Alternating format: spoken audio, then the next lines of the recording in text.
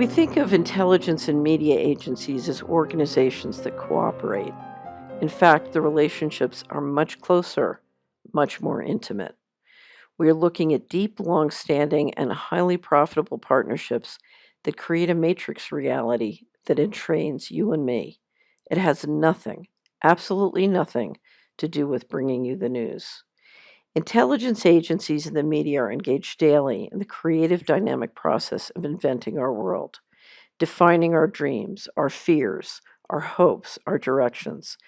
They create and they create together. And what they create are ways of harvesting you and me. For every action they create a story. Let's say the CIA or one of their corporate contractors was going to assassinate a housewife. They have in their arsenal literally thousands of playbooks: how to stage the body, what poisons and other techniques to use to engineer the physical deed, options for the people and methods used to deliver the kill, methods to create the cover story, preparation of the forged suicide notes either sent in the mail or left at the scene, and a playbook full of techniques to smear the target as unstable, undesirable. The reporters and media trucks are lined up to arrive while the body is still warm and make sure the storyline is told. A neighbor is lined up to give the right quotes. It could be a local stooge.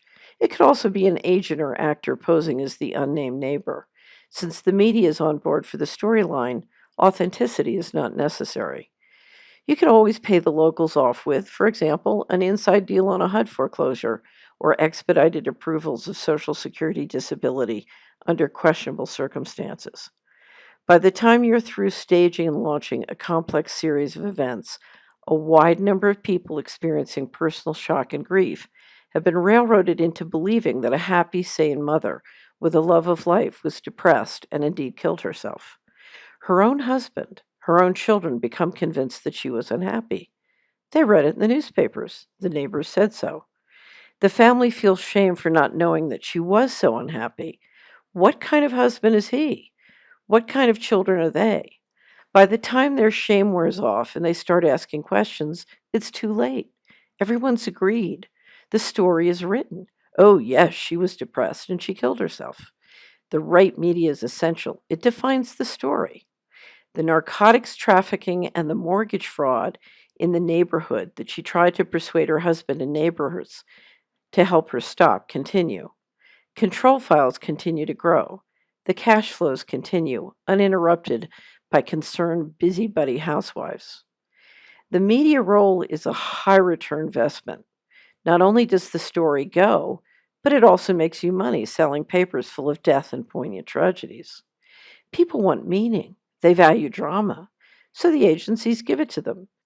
They invent stories to give energy to the events they create, the opinions and solutions they desire, and which serve the goals they want to accomplish. This is like reality TV shows, but much, much more intense. They design these stories to cater to the desire of the public to be entertained, to feel good about themselves.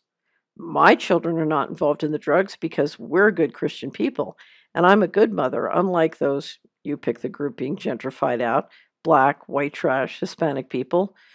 I'm not like those people who do not raise their children right. What is even more remarkable about the matrix reality that is created in the process is that it's a multiple personality disorder reality. Some people draw more meaning from positive futures.